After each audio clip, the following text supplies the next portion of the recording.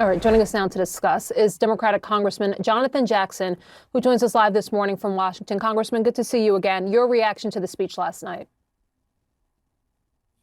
Oh, it was quite painful. I was there for the 2+ hours. You said an hour and 47 minutes after all of the self-adulation. He was basically singing hymnal to himself on how great thou art, which is totally devoid of any facts. The polling reflects that. The economics reflect that. So it was just painful that we've had a rise in inflation. We've seen the insecurity in people's pocketbooks. Rents are out of control.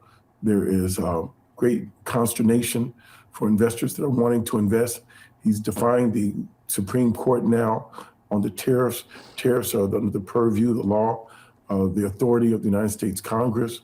He's asking for federal voter reform. There's nothing wrong with the voting system. He's going back into 2020, saying that he won the election. He just painted such a dark and gloomy picture for America. It felt more like an earnings call on the CNBC, and somewhere between that and a pep rally with a lot of self-adulation. I can't believe it. Yeah, I mean, you were there, and so you were there to witness some of the outbursts from members of your party. I mean, I take your point that from your view, it was painful to hear some of what you laid out there, but were the outbursts from your party appropriate? I don't think it was helpful. I really would like to see us take this back to the level of statesmanship. But then again, I just find him so vulgar in his language. I mean, what's up with the attack on DEI? First of all, in the Latin, DEI is pronounced de, which means of God.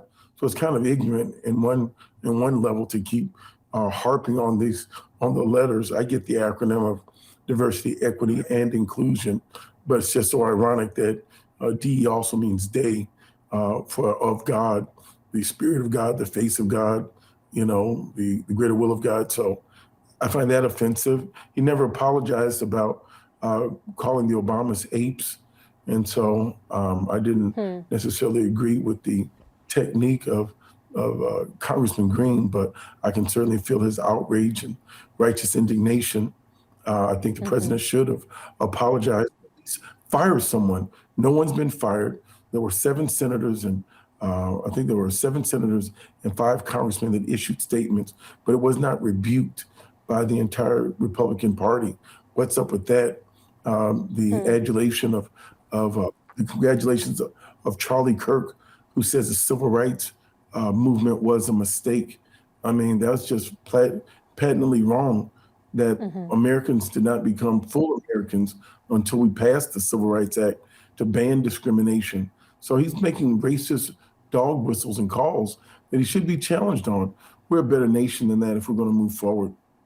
Well, speaking of challenging the president, I mean, if last night was a preview of how Republicans plan to message around midterms, and at least according to Speaker Johnson, I mean, he thought the president did a great job, which obviously you would expect him to say. But what does your party need to do? What do the Democrats need to do if last night was a preview to flip the House and at least put up a competitive performance for the Senate?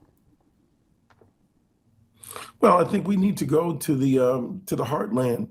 Come through Iowa, go through Illinois, go through Indiana. I see there's a lot of talk about redistricting and all the other stuff. I think we ought to pass a law to make redistricting once every decade and be done with it. Not all this partisanship going back and forth. And then the second thing is there's cities in Iowa and Illinois that were won with less than 1,000 votes. We've got 1 million Democratic voters in the state of Iowa. Go to the ground, register people to vote, take our case to the American people. And I think that we have to overwhelm the polls, call this voter suppression out. I think Democrats ought to go to the front line, take our medical doctors and that are Congress people, go down to the detention camps in Louisiana and in Texas where migrants are being killed, where people are dying at alarming rates. And go out into the front. We got to get out of this echo chamber in the beltway of the Capitol and be seen talking to everyday people. There are 2 things. One is the leadership of the of the Congress. In other words, is the leadership of the Democratic Party. We've got to have the party speak up and speak out. The epicenter of so much of this violence right now is going on in Indianapolis, in Minneapolis. And we need to hear from the party. How is the party organizing? Hit the ground running. That's the northern end of the Mississippi River. It's the same issue that they have in Louisiana. Let's meet people where they are.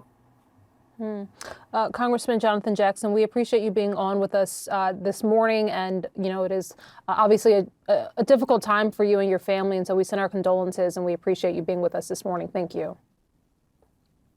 Thank you so much.